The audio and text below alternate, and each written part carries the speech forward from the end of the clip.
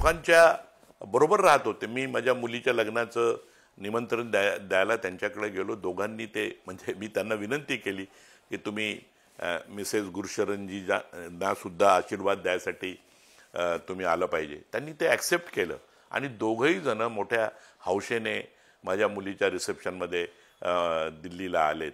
तर ते कसं आहे की आपले जे खासदार आहेत, आपले जे कलिग्स आहेत, त्यांच्या सुखदुःखामध्ये सहभागी होण्याचंही त्यांचं जे एक स्वभाव होता तो होताच. म्हणजे मी सांगितलं नाही की म्हणजे प्रधानमंत्री म्हणून ते कधीच वागले नाही, प्रधानमंत्री म्हणून ते कधीच दिसले नाही. त्यांची अगदी साधी राहणी होती की तो चुडीदार पायजामा, ते बंगाली शर्ट, त्याच्यावर एक जॅकेट घातलेलं, किंवा जास्त थंडी असेल तर तो बंद गळ्याचा कोट, आणि तोही म्हणजे असं आजच्या ज्या प्रधानमंत्र्याकडे आपण जे पाहतो की वेगवेगळे कपडे घालून फिरणं, तसं त्यांच्या बाबतीमध्ये नव्हतं. आणि त्यांचा काम करण्यामध्ये विश्वास होता, बोलण्यामध्ये विश्वास नव्हता.